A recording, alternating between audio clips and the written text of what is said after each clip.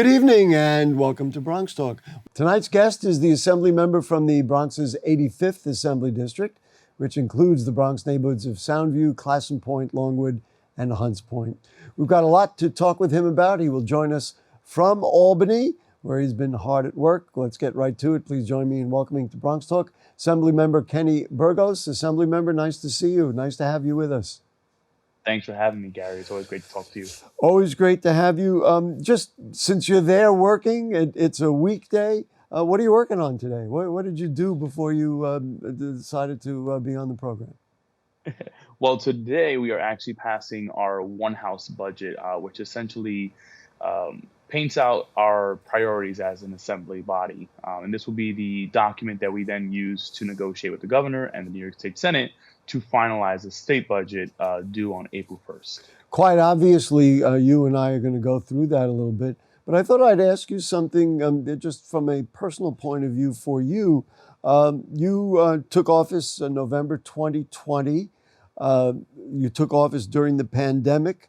You're running for re-election this June. How's it been for you personally? What you expected? What you hoped for?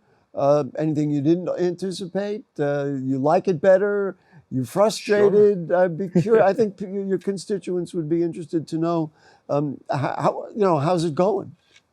Well, I think I'll start with all the above, Gary. It has been insanely exciting. It's been such an honor. It's been ups, there's been downs, there have been surprises. But I think, as you mentioned, being elected at really an extremely pivotal moment for our state and for our country, at the height of the pandemic, I've been able to work on policy to help deal with it and the height of it, to help deal with the rebound. And of course, work on just all the issues that have persisted before and even after the pandemic. It's been quite a 3 to 4 years, honestly, in the state assembly, and I wouldn't trade it for anything else. A mixed bag, I'm sure. There was an article in one of the local papers about New York, or did New York City recover from the pandemic? Let's start there, and then we'll get into the budget.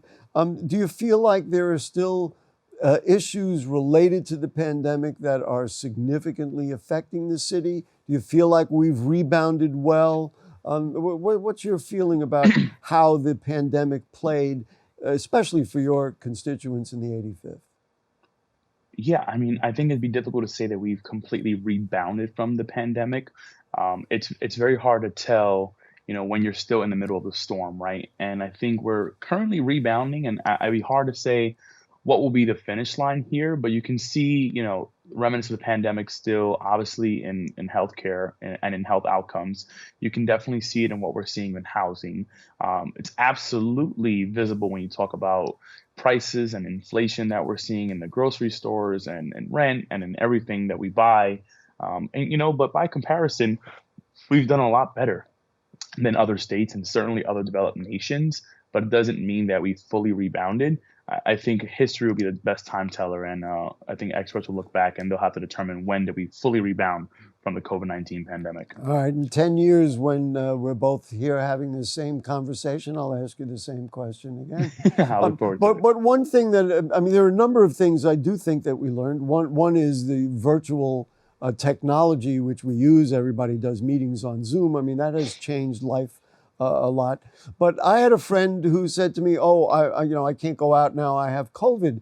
In the previous days, 4 years ago, you didn't know whether that was going to be, unfortunately, a death sentence.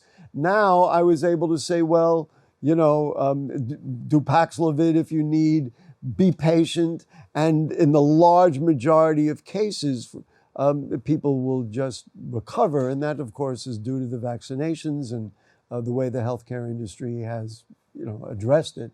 So I think that's something we learned, and that's something we did well. Oh, no, absolutely. That's huge. I didn't mention it, but of course, we've learned so much when it comes specifically to the virus, and I think we've done a good job at addressing and tackling it. But obviously, as I was alluding to, there's just so much more impact from that virus beyond healthcare. Just obviously we went home, right? Everyone stood home for a year and a half to 2 years, and that has tremendous impacts on other factors of our lives. And I think that's what we're seeing today. Especially with the kids. I've talked to educators and I said, you got to get the kids out of the classrooms and out, because they've been sitting in front of computers for 2 years. One last thing on this point that I want to make. Lehman College opened up its nursing center. I think one of the things we appreciated maybe more than ever is the importance of our health officials, people who work in healthcare, certainly the people on the front lines, the nurses and the doctors. I think we've all gained a significant amount of appreciation for who they are, because without them, and many of them really sacrificed a lot, some even their lives, we would have nothing. I mean, I Yeah, don't think there's any I couldn't question. agree more. They were the ones that, of the few that could not stay home, right? And we recognize their importance and the time of need. And unfortunately, we can be a little bit, I don't want to say ungrateful, but it's, you're unaware of how important sometimes certain people or certain positions are until you Yeah. absolutely need them. And nurses and doctors are one of them in that time. You take it for granted. All right, so let's just talk about. We'll ask about the housing aspect of the bill.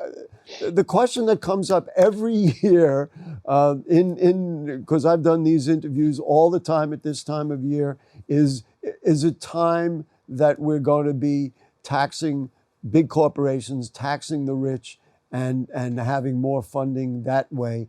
Is that coming up? Did that come up in the one House bill that you folks have been working on in the Assembly? It is certainly something that we in the Assembly take up every single year, at least since I've been elected here. Especially, like I mentioned, coming from 2020, where I think it was a real glaring, obvious thing that the wealth gap was increasing, and it was about the have and have-nots. And we constantly push for increase on the multi-millionaires and billionaires here in New York. We constantly push for an increased tax and minimum tax on corporations in the Assembly.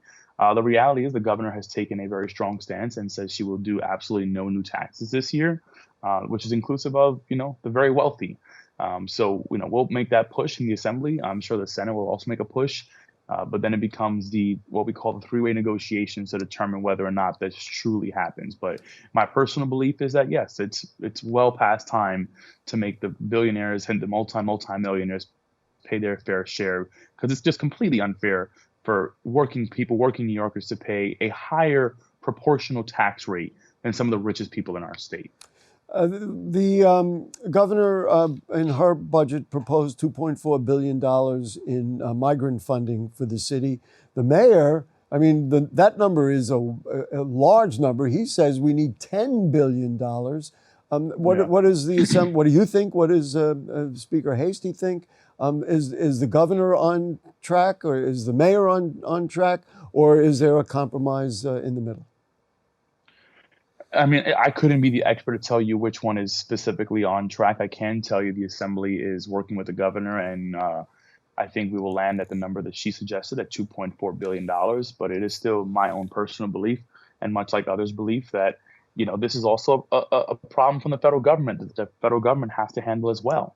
And New York City requires money from the federal government to help with this situation going on, because the state and the city just cannot sustain it entirely on their own. We have to pass a balanced budget, both in the city and state. The federal government is the one with the ability, the ability of the purse, to help with this, extraneous scenario, and they have to come in and help save the day. There are 67,000 migrants. That's among the estimates. Does it affect your neighborhood at all? Does it affect your district? Has somebody said, well, I can't do this, or we don't have the seats in school? How do you see the migrant crisis in the 85th? Or is it not really visible? Yeah, no, I mean, first and foremost, my district is already a district of, many immigrants, many folks who already come from a lot of these countries in South America and Latin America.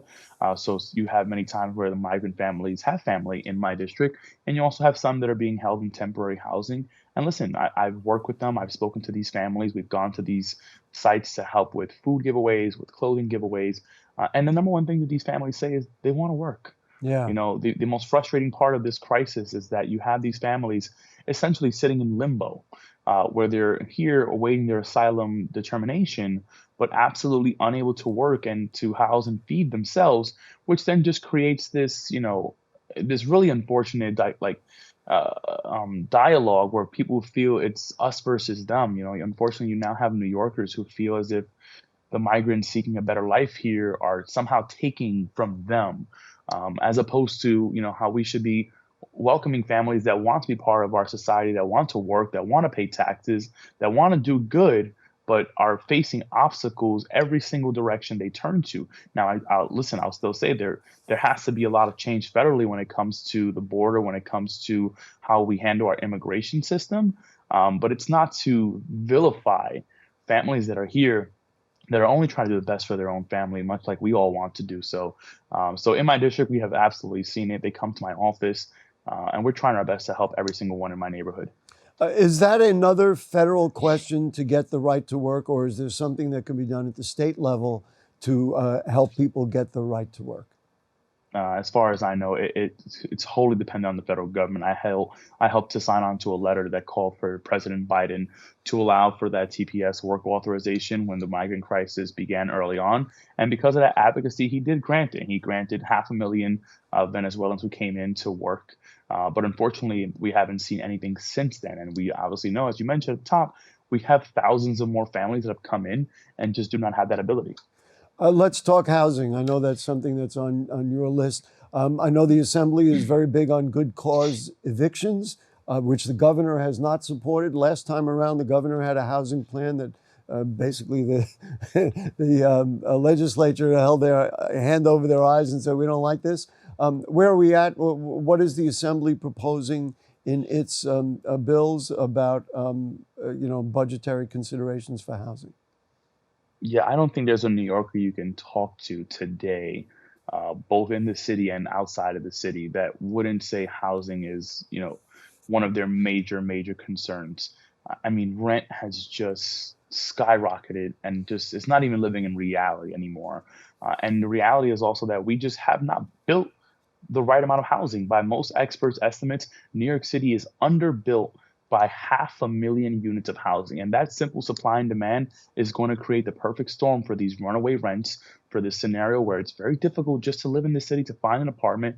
And this is why we have a whole package of bills that we're working on and hoping to pass as this big omnibus bill to address housing, when it comes to building supply through a tax credit, when it comes to protecting tenants through bills like good cause eviction, when it comes to bringing on rent stabilized units that are sitting vacant right now in New York City, while we have thousands of people with rent vouchers and no place to use them. Housing needs to be addressed from literally every angle.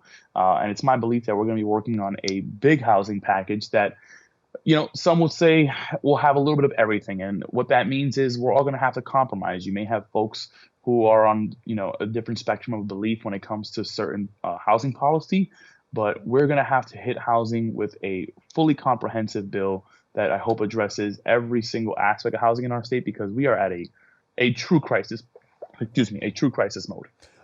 Do you support the mayor's city of yes? Is that a good start? Or, as you know, I'm sure that there are many people who have said, well, wait a minute, it's a nice idea, but it's, you can't just go crazy and eliminate parking requirements, start putting homes in backyards and all those kinds of things. What's your attitude toward the city of yes? Or is it something that can be negotiated and work with in the context of the package that you're talking about? What I will say is, the mayor's City of Yes plan, I think, is, we often say we need bold ideas, and this is bold, right? This is, I think, I've never seen from a mayor of New York City address housing in this way, where he's essentially putting every single thing on the table. And this is where government works best. When everything's on the table, we bring all voices to the table, and now we discuss, right? So again, you'll have folks who may be apprehensive about, ADUs or basement apartments. You may have folks that are apprehensive about taking away parking regulations.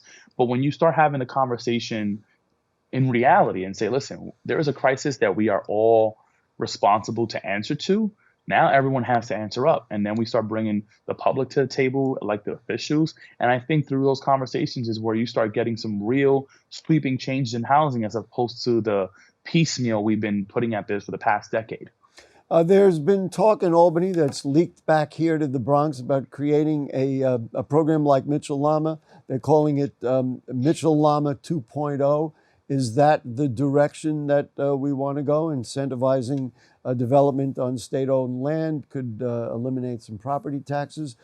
Is this what we want to do? And is Mitchell-Lama what was a very, very good housing program?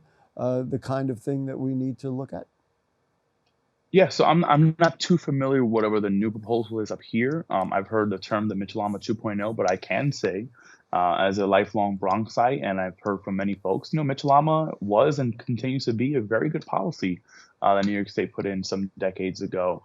And I believe, when we talk about housing, the conversation has to be not just about rents, not just about developments and keeping it affordable, but home ownership and home ownership and equity in some way, like the Mitchell-Lama program created. And I believe the Bronx is actually the most ripe borough for that for many reasons. But I think also Bronxites are looking to, have this opportunity to have some home ownership. We have literally the oldest housing stock in the city of New York is in the Bronx. We have the highest rates of renters, of tenants, but also the highest rates of evictions in the city. So, we lead the charge, and sometimes, unfortunately, some of these very bad statistics. But I also believe that may be the opportunity to really make a 180-degree spin and make the Bronx the future of housing in a good way. I certainly would support that concept. One study that I saw was just shocking to me. It was a national study about affordability in housing. And number 2 in the nation was zip code 10454 is the second least affordable zip code in the nation to buy property. Now, I don't know, is that part of your district or is just south of your district? But that was shocking to me, is that in the Bronx, it's literally the second least affordable zip code in the country. That shocked me, I have to tell you. 5-4 is outside my district, and I don't know what study you're talking to, but I am assuming here It was the they created American these Home Shield study is that they have put it out. Go ahead, I'm sorry. but now they created this metric based on the least affordable. I'm assuming by the average income of the area, and then compared to whatever the average home Right, sale price is, that and is that what that happened. gap. Yeah. So yeah, I mean that sounds absolutely plausible. We've had this unfortunate title, which I hate to repeat sometimes because it almost feels like we normalize it when we should not. But we know that that zip code and a lot of the South Bronx is known as really the poorest zip codes and the poorest congressional districts in the country. So when you pair that with a city, that on a macro level has just these out of control housing costs, you get these widening gaps that we're speaking about. So yeah, I can believe it. For someone to live in that zip code and be able to purchase it, it is probably, if not the second most, the second least affordable, probably the most unaffordable place to purchase housing. Last thing on the budget, are the budget differences with the governor stark enough to be certified a month late like last year, or are we going to make that April 1st deadline? I know you don't You really have an know, answer for that, but it's a no, good I know, but question.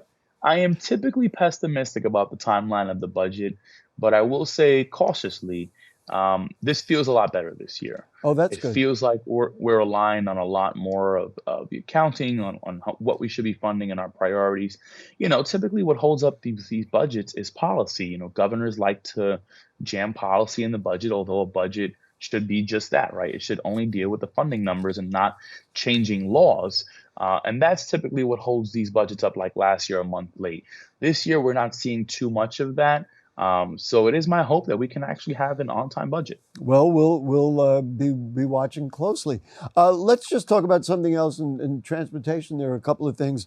What are your thoughts on the governor bringing in 1,000 National Guard officers to patrol the subway and search passengers? Some people, let's just lay it out. Some people say Right. it makes them feel more secure because there are obviously officers, well-heeled officers, so to speak, in the subways. On the other hand, some people said it makes it look like they're criminalizing all of us. What are your thoughts? You speak to New Yorkers, especially New Yorkers that ride the subways and buses and trains on a daily basis for work or commuting to school, and their number one concern is public safety, and it should be. I think anyone can put themselves into a scenario when they hear these unfortunate stories of horrific crimes going on in the subway. So that crime and that public safety is at the top of mind. And I know the governor's goal here is to address public safety. I don't believe that, bringing a military force to the subway is going to be that change that we need. Certainly does address some people's concerns about just visibly seeing law enforcement. I'm on the other end of that spectrum. I don't I don't like the idea of a militarized force in a city that is not under a current war zone. We have local police and local municipalities to handle these kind of issues.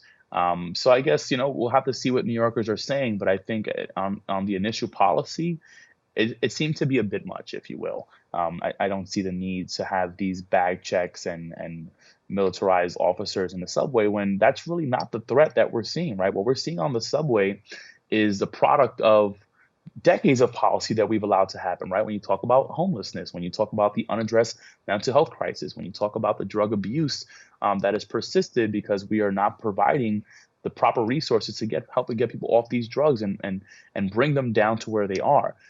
So to me, the National Guard is not the solution for those problems, but may help a small sliver of people feel more Feel a comfortable little by more just secure. visibly seeing them. I I will tell you this, though, the new open subway cars that they've been talking about, where you can just Yes. walk right through.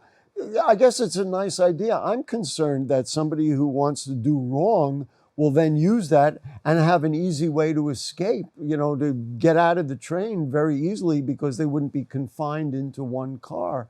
I'm wondering if that becomes a security risk.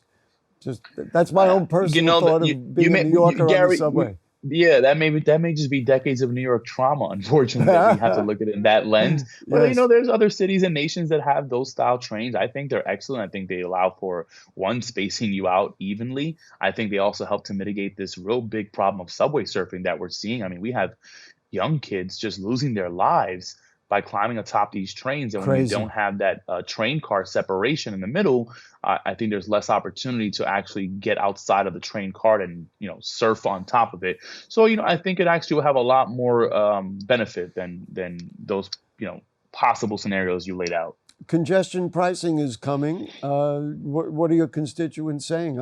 I'm going to make the assumption that many of them do take the train instead of driving into Manhattan. But how do you see congestion pricing? Is it a good thing? Does it need to be reformed? Is it a bad thing? What's your point of view?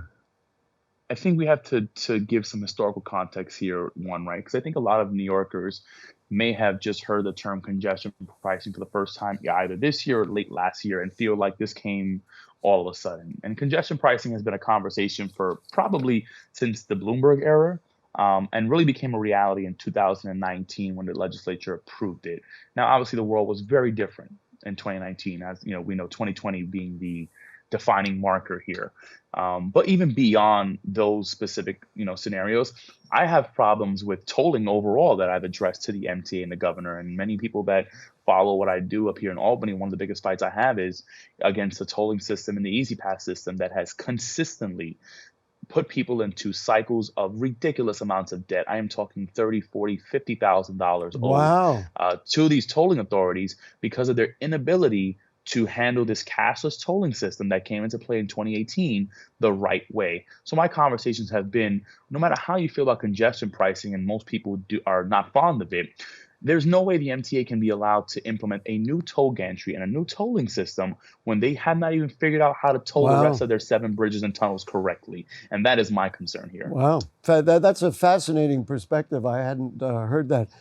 Before we run out of time, I must ask you about the Community Media Investment Act, which you have been Oh, a yeah. supporter of, which establishes a tax on direct broadcast satellite services and video streaming services in favor of institutions like BronxNet Television, which of course I would have to, of course, support. What's your thought on it? Is it going to get on the table this legislative season? What do you think? I have definitely been making the push for it. I think it is an absolutely necessary tax that we have done for a long time here, right? This used to be a tax on these cable networks, and this money would be reinvested into our neighborhoods to have excellent programming like BronxTalk, like BronxNet overall, creating pathways for communications jobs and media jobs for Bronxites and everyone across the city. So I think right now in this new era, right, we obviously have changed the way we consume media and consume TV, which we don't really use TV in the normal sense of its term. We use now the Netflix and the Disney Plus and the Hulus of the world, and I believe that they're liable to carry that same tax to make sure that the hundreds of millions, if not billions of dollars that they generate from New Yorkers Gets reinvested. A small portion gets reinvested, for the state, not just to have this community media, but also for local municipalities and also to help the state operate its general funds. We're not asking for a lot at 5%. And again, it is not something that is brand new, so to speak. This has been something that has been done in decades past and also is being done in other states like Florida at even triple the rate. So I think in comparison, we're not asking for much, and I think it'll go a long way. And so, again, the prospects for it were uncertain. It's something that you're pushing for, and I know certainly BronxNet is behind it. We've got the QR code on our screen, et cetera, et cetera. So at the moment, unsure when it could come up or how it's going to move forward. Much like anything right now, Gary, unfortunately, I don't never want to speak with pure confidence because nothing is done until this budget deal is fully inked and That's dry fair. on April 1st, hopefully. But you have my support. I think there's a lot of support in the Bronx and lots of support even throughout the conference, but it ultimately comes down to what the final budget deal looks like. There's also, I noticed, the New York Local Journalism Sustainability Act, which provides tax credits to community-based papers for hiring local news reporters. Seems to me, let's put it all together and really support local media and local journalists. So that's Gary's editorial comment. Last thing, we got about a minute, and I have to ask you about this. My friend Skye Ostreicher, in her city and state feature on political personalities, had you as a physical specimen. You are a bodybuilder and you participate in competitions. Did you work out this morning? I'm not a morning workout guy, but I definitely will work out this evening. Well, and so that's something on a personal level you do all the time and you've always done? Yeah, I mean, I've been into health and fitness since high school. It was probably, really determined a lot of my life, and I hope to translate that to help not just me, but all my neighbors in Bronxites. We're known, unfortunately, as the unhealthiest county in the state of New York, and I want to help to change that through policy, but also through just activism and changing people's mindsets about lifestyle Got and it. how we treat the gym and food. That's good role modeling and good leadership. Assemblymember Kenny Burgos from the 85th Assembly District, thank you for your time. I know you're busy. You're going to get up from your seat in your office and you're going to get back to work, and we appreciate your time this evening. Thanks so much for having me, Gary. It's always great to talk to you. Great, no problem. It's really a pleasure to have a responsible young assembly member. We want to thank everybody. Our producer is Rebecca Hemick. Our director is Will Guzman. The cast of thousands around us here in the studio. And of course, to you too. Next week, we will preview the Community Media Reinvestment Act, which is vital to community media like BronxNet. So if the curtain don't fall and the creek don't rise, we'll see you then. Good night.